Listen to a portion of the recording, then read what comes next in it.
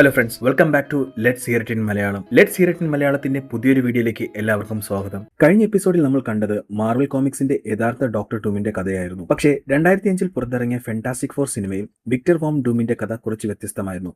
ഇവിടെ വിക്ടർ ഒരു രാജാവോ മന്ത്രവാദിയോ ഒന്നുമല്ല, ലോകത്തിലെ തന്നെ ഏറ്റവും വലിയ കമ്പനികളൊന്നിന്റെ സിഇഒ ആണ്. പക്ഷേ ഒരു കണ്ടുപിടുത്തത്തിന് വേണ്ടിയുള്ള ഒരു സ്പേസ് ജേണി അദ്ദേഹത്തിന്റെ ജീവിതവും ലോകത്തിന്റെ ഭാവിയും എന്നേക്കുമായി മാറ്റിമറിച്ചു. വർഷങ്ങളായി റീഡ് ഒരു കണ്ടെത്തലിന്റെ പിന്നാലെയായിരുന്നു. സ്പേസിൽ നിന്ന് ഭൂമിയിലേക്ക് വരുന്ന പ്രത്യേകതരം കോസ്മിക് എനർജി പഠിക്കാൻ റീഡ് ഒരു പ്ലാൻ തയ്യാറാക്കുന്നുണ്ട്. ആ കോസ്മിക് എനർജി മനുഷ്യരാശിയുടെ ഭാവിയെ തന്നെ മാറ്റിമറിക്കാൻ കഴിയുന്ന ശക്തിയാണെന്ന് അവൻ വിശ്വസിച്ചു. പക്ഷേ ഇതിന് വലിയ തുക ചിലവുള്ളത് കൊണ്ട് തന്നെ അദ്ദേഹം തന്റെ പഴയ സുഹൃത്തും കോടീശ്വരനുമായ വിക്ടർ വോം ഡൂമിന്റെ സഹായം തേടുന്നു. വിക്ടറിന് പണം മാത്രമായിരുന്നില്ല ഉണ്ടായിരുന്നത്, അധികാരവും ഉണ്ടായിരുന്നു. അവൻ എടുക്കുന്ന ഓരോ തീരുമാനവും അന്നത്തെ മാർക്കറ്റിനെ പോലും സ്വാധീനിച്ചിരുന്നു. പക്ഷേ വിക്ടറിന് ഏറ്റവും ഇഷ്ടമില്ലാത്ത ഒരു കാര്യമുണ്ടായിരുന്നു. അത് റീഡ് റിച്ചാർഡ്സ് തന്നെയായിരുന്നു. കാരണം കോളേജ് കാലം മുതൽക്ക് തന്നെ റീഡിന്റെ ബുദ്ധി വിക്ടറിനെ വളരെയധികം അസ്വസ്ഥനാക്കിയിരുന്നു. എങ്കിലും കോസ്മിക് പ്രോജക്റ്റ് കോടികൾ നേടിക്കൊണ്ടുവരുമെന്ന് വിക്ടർ മനസ്സിലാക്കി. അതുകൊണ്ട് തന്നെ ആ പദ്ധതിക്ക് പണം മുടക്കാൻ അയാൾ സമ്മതിച്ചു. ഇനി വേണ്ടത് ആ ദൗത്യത്തിനായി ടീമിനെ റെഡിയാക്കുക എന്നതാണ്. ഈ ദൗത്യത്തിനായി റീഡിന്റെ കൂടെ 5 പേരാണ് സ്പേസിലേക്ക് പോകുന്നത്. ഒന്നാമത്തെ ആൾ റീഡ് റിച്ചാർഡ്സ് തന്നെയാണ്. രണ്ടാമത്തേത് ബെൻ, റീഡിന്റെ സുഹൃത്തും ഒരു പൈലറ്റും കൂടെയാണ്. മൂന്നാമത്തേത് സൂസൻ സ്ട്രോങ്. സൂസൻ റീഡിന്റെ മുൻകാല കാമുകിയായിരുന്നു, ഇപ്പോൾ വിക്ടറിന്റെ കമ്പനിയിൽ വർക്ക് ചെയ്യുന്നു. നാലാമത്തേത് ജോണി സ്ട്രോങ്, സൂസന്റെ അനിയനും ഒരു പ്രൊഫഷണൽ പൈലറ്റുമാണ്. അഞ്ചാമത്തെ ആൾ ഈ മിഷന് വേണ്ടി ഫണ്ട് മുടക്കുന്ന വിക്ടർ വോം ഡൂം തന്നെയാണ്. ഇനി കാണിക്കുന്നത് വിക്ടറിന്റെ സ്വകാര്യ സ്പേസ് സ്റ്റേഷനാണ്. ഇവിടെയാണ് കോസ്മിക് ക്ലൗഡ് കടന്നു പോകുന്ന സമയത്ത് പരീക്ഷണം നടത്താൻ അവർ തീരുമാനിച്ചിരുന്നത്. എല്ലാവരും തയ്യാറായി. റീഡിന് ഇത് ജീവിതകാലത്തെ ഏറ്റവും വലിയ കണ്ടെത്തൽ, വിക്ടറിന് ഇത് ലോകത്തിലെ ഏറ്റവും വലിയ ബിസിനസ് അവസരം. സ്പേസ് സ്റ്റേഷനിൽ വെച്ച് ആ കോസ്മിക് എനർജിയെ നിരീക്ഷിച്ചു നിൽക്കുമ്പോൾ അവർക്കൊരു വലിയ കണക്കൂട്ടുകളിൽ പിഴവ് സംഭവിക്കുന്നു. അവർ വിചാരിച്ചതിലും വളരെ നേരത്തെ തന്നെ ആ കോസ്മിക് കൊടുങ്കാറ്റ് അങ്ങോട്ടേക്ക് ആഞ്ഞടിക്കുകയാണ്. റീഡ് ഉടനെ തന്നെ എല്ലാവരോടും സുരക്ഷിതമായ ഭാഗത്തേക്ക് പോകാൻ പറയുന്നുണ്ട്. പക്ഷെ സമയം അവരുടെ കൈവിട്ടു പോയിരുന്നു. ചേംബറിൽ നിന്ന് ഇത് കാണുന്ന വിക്ടർ ഇനിയും തന്റെ പരീക്ഷണം വിജയിക്കുമെന്ന് വിശ്വസിച്ചുകൊണ്ടേയിരുന്നു. സ്പേസ് സ്റ്റേഷന് പുറത്തുണ്ടായിരുന്ന ബെന്നിനും അകത്തുണ്ടായിരുന്ന മറ്റുള്ളവർക്കും മാരകമായ റേഡിയേഷൻ ഏൽക്കുന്നു. ഭൂമിയിലേക്ക് തിരിച്ചെത്തി ഹോസ്പിറ്റലിൽ വിശ്രമിക്കുമ്പോഴാണ് അവരുടെ ശരീരത്തിൽ വിചിത്രമായ മാറ്റങ്ങൾ അവർ ശ്രദ്ധിക്കുന്നത്. ആദ്യ മാറ്റം കണ്ടത് റീഡിലായിരുന്നു. അവന്റെ കൈ അസാധാരണമായി നീളുന്നു. അവന്റെ ശരീരം മുഴുവനും റബ്ബർ പന്ത് പോലെ ആക്കാനുള്ള കഴിവാണ് റീഡിന് ലഭിക്കുന്നത്. സൂസന് താൻ വിചാരിക്കുമ്പോൾ അദൃശ്യയാകാനും പിന്നീട് ഒരു പ്രത്യേക എനർജി ഷീൽഡ് ഉണ്ടാക്കാനും സാധിക്കുന്നു. ശരീരം മുഴുവൻ തീയായി മാറാനും പറക്കാനുമുള്ള കഴിവാണ് ജോണിക്ക് ലഭിക്കുന്നത്. പക്ഷെ ഏറ്റവും വലിയ ദുരന്തം സംഭവിച്ചത് ബെന്നിനായിരുന്നു. അവന്റെ ശരീരം പതിയെ കല്ലായി മാറി. ഇനിയുള്ളത് വിക്ടറിന്റെ മാറ്റങ്ങളാണ്. അവന്റെ ശരീരത്തിൽ മറ്റാരും ശ്രദ്ധിക്കാത്ത ഒരു മാറ്റം ആരംഭിച്ചു കഴിഞ്ഞിരുന്നു. അവന്റെ ചർമ്മം പതിയെ മെറ്റലായി മാറുകയാണ്. അതോടൊപ്പം ഇലക്ട്രിസിറ്റി കൺട്രോൾ ചെയ്യാനും അവന് സാധിക്കുമായിരുന്നു. തന്റെ രൂപമാറ്റത്തിൽ കടുത്ത വിഷമത്തിലായ ബെൻ കാമുകിയെ കാണാൻ പോകുന്നു. എന്നാൽ ബെന്നിന്റെ ഈ കോലം കണ്ട് കാമുകി പേടിച്ചോടുകയാണ്. നിരാശനായ ബെൻ ഒരു പാലത്തിൽ ഇരിക്കുമ്പോൾ അവിടെ വലിയ അപകടമുണ്ടാകുന്നു. ഒരു ട്രക്ക് പാലത്തിൽ നിന്ന് താഴേക്ക് മറിയാൻ പോകുമ്പോൾ ബെൻ തന്റെ അമാനുഷിക ശക്തി ഉപയോഗിച്ച് അത് തടയാൻ ശ്രമിക്കുന്നു. ബെന്നിനെ സഹായിക്കാൻ റീഡും സൂസനും ജോണിയും അങ്ങോട്ടേക്ക് എത്തുന്നു. 4 പേരും ചേർന്ന് അവിടെയുള്ള ഒരുപാട് ആൾക്കാരുടെ ജീവൻ രക്ഷിക്കുന്നു. ഇത് കണ്ട് ചുറ്റും കൂടിയ ജനങ്ങളും മാധ്യമങ്ങളും ഇവരെ ഫാന്റാസ്റ്റിക് ഫോർ എന്ന് വിളിച്ച് അവരെ ഹീറോക്കളാക്കുന്നു. ഈ സമയത്ത് വിക്ടർ വോം ഡൂമിന്റെ കമ്പനി വലിയ തകർച്ച നേരിടുകയാണ്. കൂടാതെ സ്പേസ് ദൗത്യം പരാജയപ്പെട്ടതോടെ വിക്ടറിന്റെ ബിസിനസ് പാർട്ണേഴ്സ് അവനെ പുറത്താക്കാൻ നോക്കുന്നു. ഇതിൽ ദേഷ്യം വന്ന വിക്ടർ തന്റെ മെറ്റൽ ശരീരം ഉപയോഗിച്ച് അവരെല്ലാം കൊല്ലുകയാണ്. അവൻ പൂർണ്ണമായും ഒരു വില്ലനായി മാറുകയാണ്. തനിക്ക് ഈ അവസ്ഥ വരുത്തി വെച്ച റീഡിനോടും കൂട്ടരോടും പ്രതികാരം ചെയ്യാൻ തീരുമാനിക്കുകയാണ്. എല്ലാവരും തങ്ങളുടെ ശക്തി ആസ്വദിക്കുമ്പോൾ ബെൻ മാത്രം തന്റെ കല്ലുപോലുള്ള രൂപം കണ്ട് കടുത്ത വിഷമത്തിലാവുകയാണ്. സമൂഹത്തിലിറങ്ങി നടക്കാനോ സ്വന്തം ഭാര്യയെ പോലും സ്പർശിക്കാൻ അവന് സാധിക്കുമായിരുന്നില്ല. ബെന്നിന്റെ ഈ അവസ്ഥയ്ക്ക് കാരണം താനാണെന്നുള്ള കുറ്റബോധം റീഡിനെ അലട്ടുന്നുണ്ടായിരുന്നു. അങ്ങനെ റീഡ് തന്റെ ലാബിൽ വെച്ച് രാത്രിയും പകലും ഇല്ലാതെ ഒരു പരീക്ഷണം തുടങ്ങുന്നു. അവർക്ക് സ്പേസിൽ വെച്ച് കിട്ടിയ റേഡിയേഷൻ അതേ സാഹചര്യത്തിൽ ഭൂമിയിൽ റീക്രിയേറ്റ് ചെയ്യുക എന്നതായിരുന്നു റീഡിന്റെ പ്ലാൻ. ഇതിനായി റീഡ് ഒരു പ്രത്യേക കോസ്മിക് റേ ചേംബർ നിർമ്മിക്കുകയും ചെയ്യുന്നു.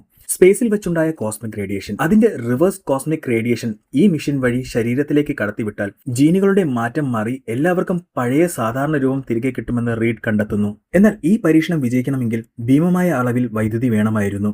കൂടാതെ മിഷൻ പൂർണ്ണമായി സജ്ജമാക്കാൻ കുറച്ച് സമയം കൂടി വേണമായിരുന്നു.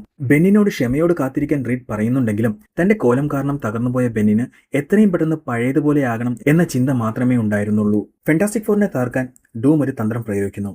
അവൻ ബെന്നിന്റെ മനസ്സ് മാറ്റുന്നു. റീഡിന് തന്റെ റബ്ബർ ശരീരം ഇഷ്ടമായതുകൊണ്ട് ബെന്നിനെ രക്ഷിക്കാൻ താല്പര്യമില്ല എന്ന് ഡൂം ബെന്നിനെ പറഞ്ഞ് മനസ്സിലാക്കുന്നു. റീഡ് ഉണ്ടാക്കിയ ആ മെഷീൻ ഉപയോഗിച്ച് ബെന്നിന് അവന്റെ പഴയ ശരീരം തിരികെ നൽകാമെന്നും ഡൂം ബെന്നിനെ വിശ്വസിപ്പിക്കുന്നു. ഇതും കേട്ട് ബെൻ നേരെ പോകുന്നത് റീഡിന്റെ അടുത്തേക്കാണ്. മെഷീൻ റെഡിയാകാൻ വൈകുന്നതിനെ ചൊല്ലി റീഡും ബെന്നും തമ്മിൽ ലാബിൽ വെച്ച് കടുത്ത വാക്തർക്കം ഉണ്ടാകുന്നു. ദേഷ്യം സഹിക്കാനാവാതെ ബെൻ റീഡിന് നേരെ തിരിയുന്നു. ഇവിടെ വെച്ചാണ് ദ തിങ്ങും മിസ്റ്റർ ഫെന്റാസ്റ്റിക് തമ്മിലുള്ള ആ ലബോറട്ടറി ഫൈറ്റ് നടക്കുന്നത്. റീഡ് തന്റെ ശരീരം ബെന്നിന്റെ കൈകളിൽ ചുറ്റും വലിഞ്ഞു മുറുകി അവനെ പരാജയപ്പെടുത്തുകയാണ്. നീയും മറ്റുള്ളവരും സുരക്ഷിതരാണ്, പക്ഷേ പുറത്തിറങ്ങുമ്പോൾ ആളുകൾ എന്നെ നോക്കുന്നത് ഒരു രാക്ഷസനെ പോലെയാണ് എന്ന് ബെൻ ദേഷ്യത്തോടെ വിളിച്ചു പറയുന്നു. റീഡ് തന്നെ ചതിക്കുകയാണെന്ന് പൂർണ്ണമായി വിശ്വസിച്ച് കടുത്ത നിരാശയോടെ ബെൻ ആ ലാബിൽ നിന്നും അവരുടെ കൂട്ടായ്മയിൽ നിന്നും ഇറങ്ങിപ്പോവുകയാണ്. റീഡുമായി പിണങ്ങി ലാബിൽ നിന്ന് ഇറങ്ങിപ്പോയ ബെന്നിന്റെ അടുത്തേക്ക് വിക്ടർ എത്തുന്നു. റീഡ് നിന്നെ മനഃപൂർവ്വം പറ്റിക്കുകയായിരുന്നു എന്നും നിന്നെ പഴയ മനുഷ്യനാകാൻ റീഡ് നിർമ്മിച്ച ആ മിഷൻ താൻ പ്രവർത്തിച്ചു തരാമെന്നും വിക്ടർ ഉറപ്പു നൽകുന്നു. അങ്ങനെ വിക്ടർ ബെന്നിനെ ആ ലാബിലേക്ക് കൂട്ടിക്കൊണ്ടുവന്ന് ആ ചേംബറിലേക്ക് കയറ്റുന്നു. എന്നാൽ ആ മിഷൻ പൂർണ്ണമായും പ്രവർത്തിക്കാൻ ആവശ്യമായ പവർ അവിടെ ഉണ്ടായിരുന്നില്ല. ഈ സമയം വിക്ടർ തന്റെ ഉള്ളിലുള്ള സൂപ്പർ പവർ പുറത്തെടുക്കുന്നു. അവന്റെ ശരീരത്തിൽ ഉണ്ടായിരുന്ന ഇലക്ട്രിക് എനർജി അവൻ നേരിട്ട് ആ മിഷനിലേക്ക് കടത്തിവിടുകയാണ്. പരീക്ഷണത്തിനൊടുവിൽ ചേംബറിന്റെ വാതിൽ തുറക്കുമ്പോൾ ബെൻ വീണ്ടും പഴയതുപോലെ ഒരു സാധാരണ മനുഷ്യനായി പുറത്തേക്ക് വരുന്നു. താൻ വീണ്ടും മനുഷ്യനായ സന്തോഷത്തിൽ ബെൻ വിക്ടറിനോട് നന്ദി പറയുന്നു. പക്ഷേ അപ്പോഴാണ് ആ ഞെട്ടിക്കുന്ന സത്യം ബെൻ മനസ്സിലാക്കുന്നത്. മിഷൻ വഴി ബെന്നിന്റെ ശരീരത്തിൽ നിന്നും വലിച്ചെടുത്ത ദി തിങ്ങിന്റെ ആമാനുഷിക ശക്തി വിക്ടർ സ്വന്തം ശരീരത്തിലേക്ക് ആവാഹിക്കുകയായിരുന്നു. ശക്തി ഇരട്ടിച്ചതോടെ വിക്ടറിന്റെ മെറ്റൽ ശരീരം കൂടുതൽ ശക്തവും ഭീകരവുമാവാൻ തുടങ്ങി.